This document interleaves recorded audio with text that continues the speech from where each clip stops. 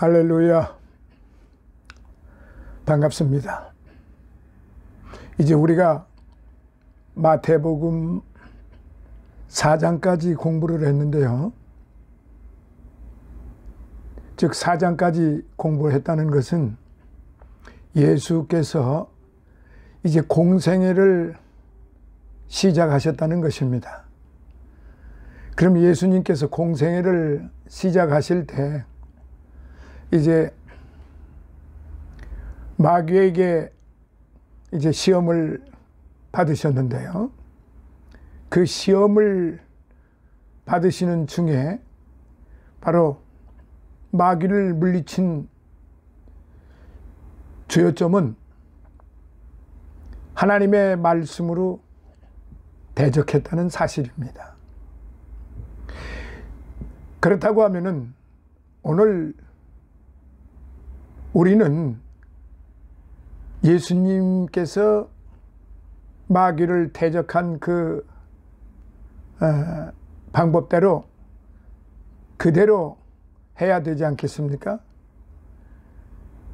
자, 그래서 제자의 그 도리라는 것, 우리 주님의 제자들이 다 되지 않았습니까? 그렇다 그러면은 주님의 제자들이 그 맡은 직분에 대해서 어떻게 대처해야 하는가를 이제 좀 더 우리 생활에 어떻게 적용시켜 나가야 할 것인가 하는 점을 이제 다음 5장 들어가기 전에 오늘 이 시간에는 제자된 도리로서 제자가 어떻게 주님의 뜻을 따라서 주님의 뜻대로 주님이 가신 그 길을 가야 하는가, 그리고 주님의 마음을 어떻게 닮아 가야 되는가, 이런 점들을 하나씩 하나씩 살펴보아야만 될 것 같아서요. 5장을 시작하기 전에 제자된 그 도리를 한번 몇 가지로 좀 생각을 해보려고 4장과 5장 사이에 제자의 삶의 도리에 대해서 특별 시간을 만들어 보았습니다. 자, 그래서 이 시간에는 몇 가지로 좀 나누었어요. 그래서 첫 번째, 제자의 그 도리 중에서, 제자의 도리 중에서 그 첫 번째가 무엇이냐 하면은 직분이라 이 말입니다. 직분. 사람들은 이 직분에 대해서 잘못 생각하는 경우가 참 많습니다. 너무 그 과대 포장을 하는 그런 사람이 있는가 하면은 또 너무 자신에게 주어진 그 직분의 도리를, 그 도리가 얼마나 중요한가를 잘 모르고 그렇게 또 가는 사람들이 있기에 그 부분을 좀 더 구체성을 좀 띄어서 좀 나누어서 말씀을 좀 드리려고 합니다. 그래서 제자의 도리 그 첫 번째 시간에 직분으로서 어떤 직분이 주어졌는가, 그리고 그 직분이 어떠해야 하는가 하는 점을 이제 4가지로 나누어서 말씀을 드리려고 합니다. 그 첫 번째, 마태복음 5장 13절과 마가복음 9장 49절로부터 50절에 있는 말씀입니다. 이 두 부분의 말씀은 너희는 소금이 되라는 말씀입니다. 소금과 빛이 되라 그런 말씀인데요. 그래서 첫 번째 시간 소금 같은 제자들이 되자. 소금 같은 사역자들이 되자. 소금 같은 전도자들이 되자. 소금 같은 목사, 장로, 권사, 집사들이 되자. 소금과 같은 성도들이 되자.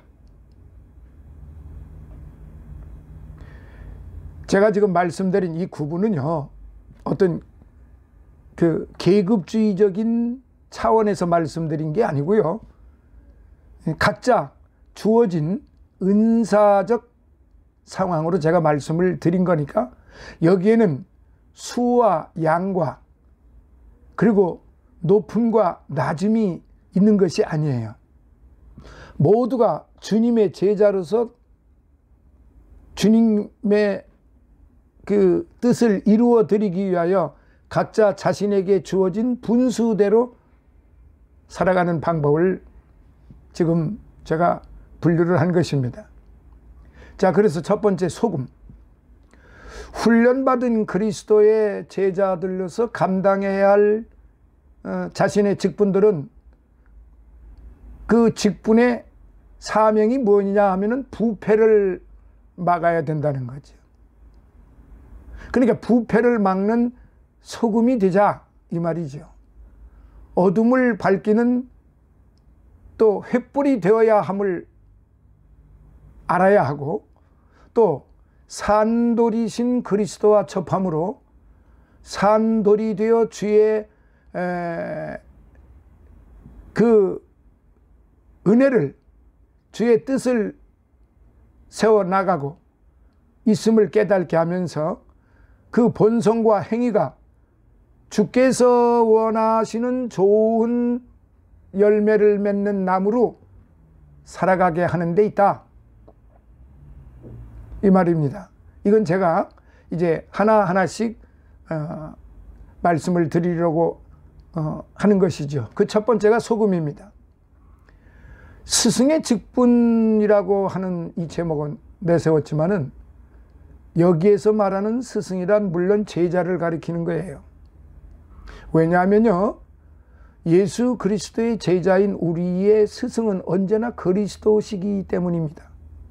단 스승이라고 명명한 것은 재생산에 참여할 수 있는 제자, 즉 제자를 낳을 수 있는 제자를 가리키는 거죠. 그러한 제자의 직분을 여기서는 중요한 네 가지 그 상징 속에서 숙고 보았다는 것이죠. 그 첫 번째가 소금이라는 말입니다. 그리스도의 제자는 썩고 부패한 이 세대의 소금으로서의 직분을 감당하기 위해서는 물컹물컹한 썩은 것을 주님의 영으로 말려서 소금과 같은 존재가 될 것을 강조하고 있는 것입니다. 제가 지금 여기에서 말씀드리고자 하는 것은 네 가지라고 그랬는데, 그 첫 번째가 소금이고, 두 번째가 불꽃이고, 세 번째가 산돌이고, 네 번째가 나무라는 것입니다. 그래서 이 네 가지 중에 지금 말씀드리고자 하는 것은 소금이라는 것이죠. 그래서 마태복음 5장 13절, 마가복음 9장 49절 50절에 보면 너희는 세상의 소금이니 소금이 만일 그 맛을 잃으면 무엇으로 짜게 하리요? 후에는 아무 쓸데 없어 다만 밖에 버리고 사람에게 밟힐 뿐이니라는 말씀, 마태복음 5장 13절. 그리고 두 번째, 사람마다 불로서 소금 치듯함을 받으리라. 소금은 좋은 것이로되 만일 소금이 그 맛을 잃으면 무엇으로 이를 짜게 하리요? 너희 속에 소금을 두고 서로 화목하라 하시니라. 마가복음 9장 49절로부터 50절에 있는 말씀이에요. 자, 그러면은 이 말씀은 어떤 목표를 가지고 말씀을 하셨을까요? 첫째, 우리 예수 그리스도인들은 세상에 살고 있으나 세상에 속한 사람이 아니므로 세속주의나 은둔주의에 빠질 수 없음을 알게 하는 것입니다. 둘째, 주께서 우리를 세상의 소금으로 세우신 것은 우리의 존재 자체가 이 세상의 썩음을 막는 인물임을 자각하고 소금다운 소금이 되도록 훈련해야 함을 깨닫게 하는 것입니다.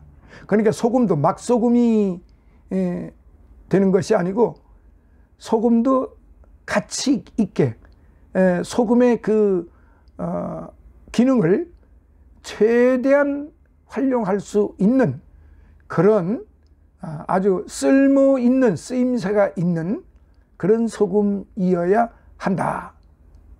그래서 그런 소금이 되도록 훈련해야 함을 깨닫게 하는 것이다. 그런데 목표가 있는 거예요. 자, 세 번째, 자신의 온몸을 범죄하는 자리에 놓이지 않도록 주의할 것이고, 그래서 소금을 두고 서로 화목하는 생활을 하도록 노력하게 한다 하는 그런 목적이 있는 것입니다. 자, 그러면은 이제 본론으로 좀 들어가 보겠습니다. 그리스도인들이 그리스도인과 이 세상의 관계에 있어서 흔히 범하는 두 가지 오류가 있어요. 그것은 은둔주의와 세속주의입니다. 그리스도인들은 이 두 가지를 똑같이 배격하지 않으면 안 돼요. 그리스도인들은 세속주의를 거부해야 합니다. 그리스도인들은 동시에 은둔주의도 거부해야 하는 것입니다. 왜냐하면요, 세상에 속한 사람은 아니지만은 세상 속에서 살아야 하기 때문입니다. 이러한 생활 속을 상징적으로 묘사한 것이 소금이라는 것이지요.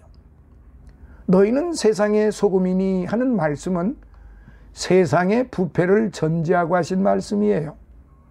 주께서는 이런 세상을 피하라고 말씀하시지 아니하시고 이 세상은 소금인 나를 요구하고 있다라고 말씀을 하신 것입니다.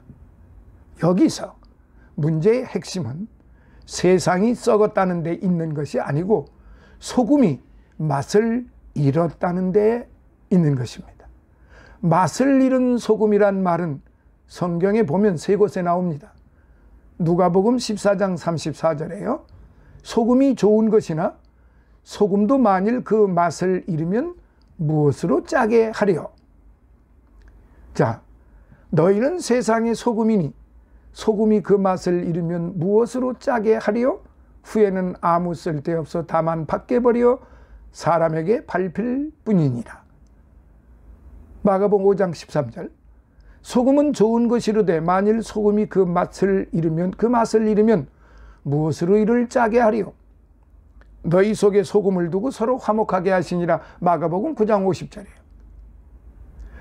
본문 마가복음 9장 49절 50절에 보면은 이런 난해한 구절이 나와요. 사람마다 불러서 소금 지듯 함을 받으리라. 너희 속에 소금을 두고 서로 화목하라. 이 말씀은 누구나 다 불소금에 절여질 것이다.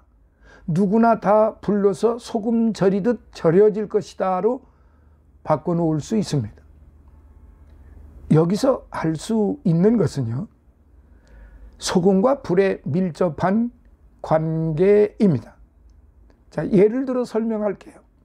구약에 나오는 소돔과 고모라는 악함으로 하나님의 불벼락을 내려서 몽땅 타버렸고 구멍이 뚫렸는데 그 속이 소금으로 꽉 들어찼어요. 이때 아브라함의 조카 롯이 여기에서 살았지요. 모두 멸망하고 롯의 가족만 구원해 주셨는데 이곳을 떠나면서 뒤를 돌아보지 않도록 주의했음에도 불구하고 재산이 아까워서 뒤를 돌아본 롯의 아내는 그만 소금 기둥이 되고 말았지요. 이런 얘기가 나오게 된 이유는 팔레스타인의 사해라고 하는 바다가 있어요. 그 물이 너무 짜서 아무 생물도 살 수 없을 만큼 소금이 많은 것이에요. 너무 오랫동안 햇빛이 비쳐 물이 증발해서 지금은 물이 조금이고 소금이 많아져서 생물이 없어졌다고 하여 사해, 죽을 사자입니다. 사해 바다라고, 죽음의 바다라고 부릅니다. 그런데 지금 현대 21세기의 사해 바다는 그래도 제법 물이 많이 차 있는 아주 넓은 바다로 보입니다. 물은 구정물은 아닙니다. 맑습니다. 사람들이 여전히 그곳이 관광지가 되어서 그곳을 찾아가는데 이유는 호기심도 호기심이지만은 그 사해 바다가 염분기가 아주 강하기 때문에 그 안에 들어가면은 뭐 발톱 밑에 무좀이라든가 기타 피부병이라든가 또는 염분이 강하다가 보니까 이상하게 사람이 물속에 들어가면은 사람이 물에 뜹니다. 그런 것을 즐기기 위해서 관광객들이 무수하게 많이 현대에도 갑니다. 너무 사해는 지중해보다도 150피트가 낮아서 요단강 물이 아무리 흘러 들어가도 보충을 못한다고 해요. 소돔과 고모라 이야기도 거기서 온 거예요. 음란의 도시가 멸망을 받게 되었는데 하늘에서 일시에 불을 내려서 불을 증발시켜 소금바다가 된 것을 하늘에서 불벼락이 내려 다 없어진 것이라고 그렇게 했어요. 그러므로 불로 소금을 친다는 것이 아니라 불이 자꾸 내리면 물이 증발해서 소금이 된다는 거지요. 오늘 우리들이 그리스도의 제자다운 사람이 되기 위해서는요, 속에서 물 기운이 모두 빠져서 소금이 되어야 합니다. 동양식으로 표현하면은 내 속에서 욕심, 즉 정욕, 탐욕, 음욕 이런 것들이 자꾸 이런 것들을 떼어내면 내가 소금 같은 존재가 된다는 말입니다. 사실은 소금은요, 우리 많은 사람들이 너무 짜게 먹으면 안 된다, 소금을 먹으면 안 된다 그러는데 사실 모르는 소리입니다. 우리 사람은요, 소금을 못 먹으면 살지를 못합니다. 우리 안에 염분기가 없으면은 살아갈 수가 없어요.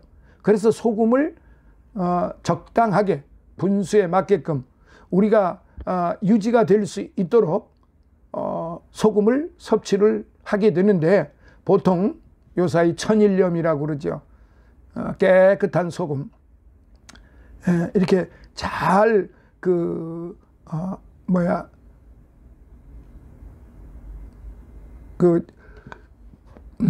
정화시킨 깨끗하게 만든 사람들이 인위적으로 화학약품을 써서 만든 게 아니고 그래서 천일염이라고 그러죠.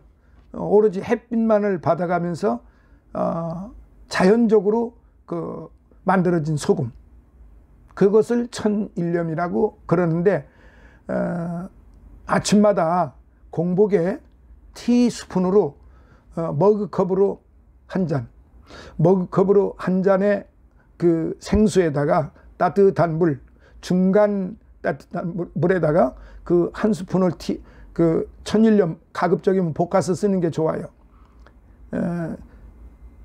그래서 그걸 잘 녹여서 그 따끈한 물을 아침마다 그렇게 한 컵씩을 드시면은 매우 좋습니다. 그건 의학적으로도 지금 의사들도 그 소금에 대해서 강의하는 분들이 많아요. 해보세요. 저도 지금 아침마다 계속 그렇게 복용을 하고 있습니다. 매우 좋습니다. 배변도 좋고 배뇨도 좋고 두통도 없고 몸도 가벼워지고 그리고 모든 그 기능이 이렇게 정상적으로 이렇게 회전이 그 리듬이 깨지질 않고 잘 그렇게 운행이 되고 있습니다. 사실은 조금 혐오스럽게 생각할는지는 모르겠지만 우리가 어려서부터 잘 먹었던 번데기가 있습니다. 이 번데기가 우리 몸에 얼마나 좋은지요. 첫 번째는 두뇌를 아주 생성시켜주고 이 두뇌를 아주 맑게 만들어주는 그런 역할을 이 번데기가 합니다. 번데기를 끓일 때 중냄비에다가 그 번데기를 한 7부 정도 담아서 무를 굵게 썰어 놓고 파를 좀 굵게 썰어 놓고 당근을 하나를 굵게 썰어 놓고 그리고 표고버섯을 그 한 2송이 이렇게 썰어서 넣고 그것을 그 청양고추 조그만 거 한 2개만 그렇게 썰어서 이렇게 넣고 확 끓이는데, 그렇게 하기 전에 미리 찬물을 한번 끓여서 버려야 됩니다. 첫 번째 끓인 물을 버리고 두 번째부터 그렇게 하라는 말입니다. 그렇게 해서 아침 저녁으로 그 조그만 그 공기밥 같은 그런 그 조그만 그릇에, 그렇게 큰 그릇 말고 거기에 한 6부 정도나 7부 정도 이렇게 담아서 하루에 아침에 한번 저녁에 한번 그렇게 드시면은 너무너무 좋습니다. 그런데 이 번데기가 다이어트에도 아주 좋다고 해요. 소화 기능도 아주 좋아서 그 배변이 아주 참 좋은데, 제가 지금 그 경험을 하고 있습니다.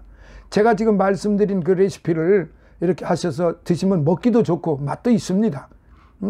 그래서 국물을 이렇게 자작하게 넣으셔가지고 너무 짜지 않게 약간 그 천일염, 그것도 천일염을 그 좀 타가지고 내 입맛에 맞을 정도로 그렇게 해서 그렇게 끓이면은 참으로 먹기가 좋습니다. 건강에 더없이 좋아요. 피부병에도 아주 좋다고 그래요. 그리고 혈압에도, 고혈압, 그 고지혈증 있는 분들도 아주 좋다고 해요. 여러분들 그 인터넷에 번데기의 효능에 한번 찾아서 들어가 보세요. 제가 말씀 다 지금 드리지는 못하지만은 아주 자세하게 거기 설명이 되어 있습니다. 그러니까, 그런데 아무리 좋은 것을 다 집어넣어도 거기 소금이 안 들어가면요 맛이 없습니다. 아무런 맛땡이가 없어요. 그래서 소금이 그만큼 중요한 거예요. 이 소금이 들어감으로 맛도 낼 뿐만 아니라 소위 그 음식도 그러니까 어떤 그 문제가 있는, 그러니까 방부제 역할도 하기 때문에 제거시킬 거는 또 제거시켜가면서 그렇게 음식의 맛을 내주니까 우리 몸에 더 없는 단백질의 아주 고단백질을 가지고 있는데, 특히 뱃살이 많이 나온 분, 제가요 작년 12월 2일부터 현재까지 아직 지금 3개월이 안 됐는데요, 놀라지 마세요. 제가 88kg까지 나갔어요. 88kg까지 나갔는데 현재 시간으로 76kg예요. 자, 그러면 몇 킬로가 빠졌나요? 12kg가 빠졌는데 한꺼번에 와장창 빠져나간 게 아니고 점점 조금씩 그게 빠져나가는데, 정확하게 지금 76kg예요. 앞으로 1kg만 더 빠지려고 그래요. 그래서 제가 75kg 수준으로만 가려고 해요. 근데 현재 제가 매일 그렇게 하면서 또 어떤 운동을 하느냐면, 걷기 운동 5km씩 하루에 1시간씩을 5km 걷는데 제가 꼭 1시간이 걸려요. 그러니까 빠른 걸음도 아니고 낮은 걸음도 아니고 중보 걸음인데, 그렇게 갔다 오면은 옷이 런닝이 다 젖어요. 그러면 싹 샤워하고 나면은 그렇게 개운할 수가 없어요. 그러니까 이렇게 저렇게 자기 몸 관리를 하게 되면은 그냥 억지로 살을 빼는 게 아니고 자연적으로 그렇게 빠져나가더라고요. 약은 일절 안 먹습니다. 말이 지금 다른 데로 많이 돌아갔어요. 그만큼 소금이 중요한데, 우리 성도들이 우리 하나님의 종들이, 하나님의 제자들이, 우리 주 예수님의 제자들이 이런 소금과 같은 역할을 해줘야 한다. 그것이 우리 직분적으로 봤을 때 사실은 목사들만이 이 역할을 하는 게 아니고 우리 성도들 모두가 다 이 소금의 역할을 해야 한다, 이 말씀이죠. 그래서 이것을 영적으로 좀 영해를 하면은 우리 안에 있는 욕심, 우리 내 마음에 있는 욕심, 시기, 질투, 미움, 불신, 뭐 이런 것들, 이런 모든 것들이 다 부정한 거 아니에요? 그런데 그것이 소금과 같은 내 마음이 된다고 하면은, 내 마음이 그렇게 소금과 같이 된다고 하면은 그 소금이 정욕과 탐욕과 치정, 불효, 이런 모든 것들을 다 제거시킨다, 이 말이죠. 그러니까 그런 역할을 해야 한다. 마귀의 대적을 하는데 우리 제자들이 가지고 있어야 할 첫 번째 무기는, 마귀를 대적하는 데의 무기는 바로 소금과 같은 그런 마음. 그러니까 너희는 소금이 되라, 이 말이에요. 또 마가복음 9장 43, 45, 47절에서는요 손, 발, 눈에 적용시켜 이렇게 명령하고 있는데, 만일 네 손이 너를 범죄케 하거든 찍어버리라. 만일 네 발이 너를 범죄케 하거든 찍어버리라. 만일 네 눈이 너를 범죄케 하거든 빼어버리라. 여기서 범죄케 하다, offend라는 이 말은 명예롭지 못하게 하다라는 뜻인데, 참으로 그 동사로는 덫을 걸다, 혹은 함정에 빠뜨리다, 또는 걸려 넘어지게 한다라는 그런 뜻입니다. 그런데 범죄한 손과 발을 찍어버리고 눈을 빼어버린다고 과연 죄가 제거될 것이며, 또 그렇게 할 경우 우리 중에 사지백체를 제대로 갖추고 살 사람이 어디 있겠어요? 결국 이 말씀이 주는 교훈은 죄는 파괴적이라는 것이라는 의미라고 봅니다. 그러므로 골로새서 3장 5절에 그러므로 땅에 있는 지체를 죽이라. 곧 음란과 부정과 사욕과 악한 정욕과 탐심이니. 그 다음에 나오는 말씀이 탐심은 곧 우상숭배다, 이렇게 말씀을 이어져 갑니다. 오늘 우리 그리스도의 제자들은 우리의 손과 발과 눈을 어떻게 해야 하겠습니까? 먼저 손에 대해 생각을 해봅시다. 손은 우리가 행하는 일에 대한 상징입니다. 만일 어떠한 활동들이 결과적으로 우리에게 걸림돌이 된다는 사실을 발견한다면 우리는 그것들을 즉시 중단해야 합니다. 예컨대 여러분들에게 자신의 손과 같은 소중한 친구가 있는데 이 친구로 인해 하나님의 일과 멀어지는 유혹을 받는다면 그 친구와의 관계를 과감히 끊을 수도 있어야 한다는 말이지요. 다음으로 발에 대해 생각을 해봅시다. 발은 우리가 가는 곳에 대한 상징이에요. 만일 여러분이 여러분을 영적으로 해치게 될 곳에 가도록 유혹을 받게 된다면 그것에 대해 필사적인 저항을 하도록 하셔야 하지 않겠습니까? 잘못된 환경 속에 빠져들게 되는 것보다 직업이나 심지어 거주 지역을 바꾸는 편이 더 낫다는 것이지요. 이로 인해 어떤 손해가 오더라도 과감히 내가 가는 발걸음을 막아야 되고 과감한 그런 결단이 필요한 것입니다. 그런데 대부분이 그렇게 못해요. 너나 나나 할 것 없이 나의 손과 발이 행하고 가는 것에 대해서 그것을 맡기란 그리 쉬운 일이 아니지요. 그러나 우리 성도들은 이런 문제에 대해서 넘어지는 경우가 사실은 더 많지, 안 넘어지는 경우보다는 넘어지는 경우가 더 많지요. 그러면 그 계속 넘어지는데, 계속 손이 가고 발이 가는데 그거 어떻게 해야 됩니까? 그래서 우리는 주님 앞에 매일매일 기도하고 우리의 연약함을 성령께서 대신 간구해 주시고 계신다는 사실이죠. 그걸 알면은 우리는 끊임없이 우리 자신의 연약함을 위해서 기도하고 또 기도하고 기뻐하고 감사하고 쉬지 말고 기도하며 범사에 감사하는, 그래서 그것이 하나님의 뜻이라고 하는 걸 깨달아서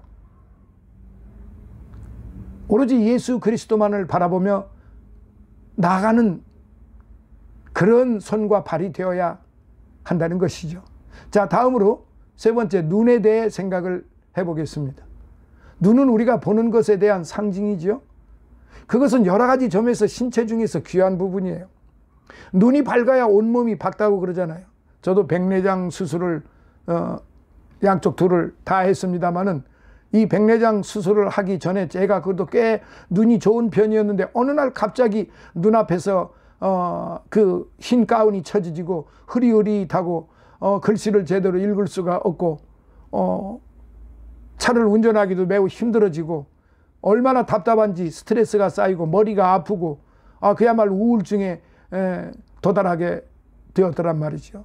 그래서 백내장 수술을 했지요. 그랬더니 너무 밝아져 가지고 한 석 달 동안은 굉장히 좀 힘들었어요. 막 너무 밝아 가지고 보이는 게 막 너무 밝으니까 눈이 부신 거예요. 그래서 어떤 사람이 대낮이고 밤이고 검은 안경을 쓰고 가는 사람들을 제가 그렇게 이해를 못 했거든요.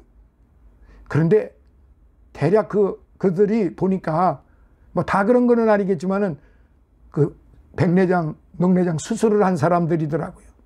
눈이 막 밤이고 낮이고 부셔가지고 어쩔 수가 없어요. 불빛도 보기에 막 힘드니까, 너무 반사가 되니까.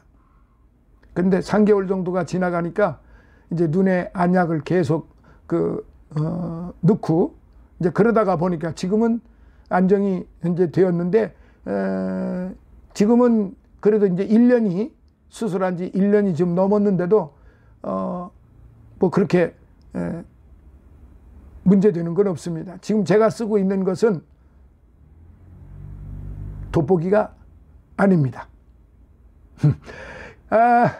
어쨌든 과거 어느 때보다도 오늘 우리들은 안목의 정욕에 빠지지 않도록 주의해야 합니다. 우리 주변의 유혹적인 광경에 대해서 우리 그리스도의 제자는 눈을 감아버리거나 돌아서야 하는 것입니다. 앞에서 교훈한 이런 삶을 살지 아니할 때 지옥 꺼지지 않는 불에 들어갈 것을 성경은 경고하고 있습니다. 지옥은 헬, 게헨나가 지옥입니다. 마태복음 5장 22절, 29절, 30절, 누가복음 12장 5절, 야고보 3장 6절에 기록이 되어 있습니다. 이 말은 예루살렘의 남쪽 흰놈의 계곡, The Valley of 흰놈인데요. 이 흰놈의 계곡이라는 말에서 유래했습니다. 이 흰놈은 아들의 계곡으로 불려졌는데 이유는 아하스와 므낫세 당시에 몰록에게 자녀를 불태워 제물로 바쳤기 때문에 후에 하나님을 두려워한 요시야 왕은 이곳을 부정한 장소로 선언을 했고 그 후 그것은 폐허된 도시가 되어버렸습니다. 열왕기하 23장 10절에 폐허의 쓰레기 더미에서 날름거리는 무시무시한 불꽃은 그곳을 지옥의 상징으로 보기에 적합한 곳이었습니다. 그리하여 지옥의 불은 꺼지지 않는 곳으로 묘사된 것이죠. 신명기 4장 24절에 내 하나님 여호와는 소멸하는 불이시요. 소멸하는 불이시요. 그래서 이 불은 정화의 불입니다. 썩은 것은 부패한 거예요. 죄인은 썩은 사람입니다. 물기가 너무 많아 물컹물컹해진 것입니다. 이런 사람은 소망이 없는 사람이에요. 우리가 예수를 믿는다, 주님의 제자가 된다고 하는 것은 온 세상 사람이 다 썩어도 우리는 썩지 않아야 한다는 것입니다. 그 방법이 뭡니까? 햇빛을 자꾸 쬐고 해서 우리 속에서 습기가 자꾸 빠져나가 썩지 않게 될 뿐만 아니라 썩을 수 없는 소금이 되는 것입니다. 즉 하나님의 말씀을 읽고 묵상하고 공부함으로 나 중심, 육체의 중심의 욕심이 다 빠져나가고 예수 그리스도를 닮은 주님의 제자가 된다는 말이죠. 하나님의 말씀을 듣고 또 들어 생각을 하는 동안에 감정에 끌린다거나 욕심에 끌린다거나 하지 않고 이성과 하나가 됨을 가리키는 것입니다. 나 자신을 성화시키는 거죠. 무엇으로? 성령과 말씀을 통해서, 말씀과 성령을 통해서 나 자신이 썩지 않도록 성화시켜 나가는 거죠. 그래서 오늘 우리의 그리스도의 삶이란 성화의 삶인 것입니다. 이렇게 감정을 뛰어넘어서 우리는 성화된 삶으로 살아가야만 합니다. 남을 이해해 주는 사람은 썩을 수 없는 존재이며 남에게 맛을 돋구어 주는 존재입니다. 예수님의 제자가 되려면 썩지 않도록 하는 것이 우선이지만 다른 사람을 즐겁게 할 수 있도록 기쁨을 줄 수 있는 그러한 존재가 되어야 합니다. 예를 든다면 말을 할 때는 확실히 알아듣게 합리적으로 해야 하는 것은 물론이지만 재미있게 해야 합니다. 인생을 올바르게 만든다는 것도 중요하지만 재미있게 하는 것도 중요해요. 대개 인생을 올바르게 사는 사람은 재미가 없고 반대로 재미있게 하는 사람은 올바른 사람이 없습니다. 예컨대 도덕적인 사람에게는 향락적인 것이 부족하고 향락적인 사람에게는 도덕적인 것이 부족합니다. 그런데 우리에게는 이 두 가지가 다 있어야 합니다. 즉 세상을 올바르게 하는 힘과 재미있게 하는 힘이라고 할 것입니다. 예수님의 경우를 보면 그는 올바르게 살면서 동시에 재미있게 사셨어요. 신앙의 세계란 한없이 올바르게 살면서 한없이 기쁘게 사는 세계입니다. 이것을 알아야 우리가 하루하루를 올바르게, 하루하루를 재미있게 살 수 있는 것입니다. 이 올바르게와 재미있게가 일치되면 삶이라는 것은 참으로 소금과 같이 맛을 내게 되는 거죠. 교회가 있는 것은 그 사회가 언제나 즐겁고 동시에 올바른 사회가 되어야 한다는 사실입니다. 사랑하시는 성도 여러분, 자, 이제 그리스도의 제자가 되는 그러니까 소금과 같은 삶을 살아가야 하는 것에 대해서 지금까지 말씀을 드렸는데 오늘은 여기에서 마치도록 하겠습니다. 다음 시간에는 이것을, 이 소금에 대한, 소금과 같은 이 제자에 대해서 좀 더 이제 그 불꽃 같은 그런 사람으로, 불꽃 같은 신앙으로, 소금과 같은 그런 제자만 되는 것보다, 그런 제자가 되는 것도 좋지만은 또 불꽃과 같은 제자가 되어야 한다는 사실을 다음 시간에 말씀을 드리도록 하겠습니다. 감사합니다. 다음 시간에 다시 만나겠습니다. 할렐루야.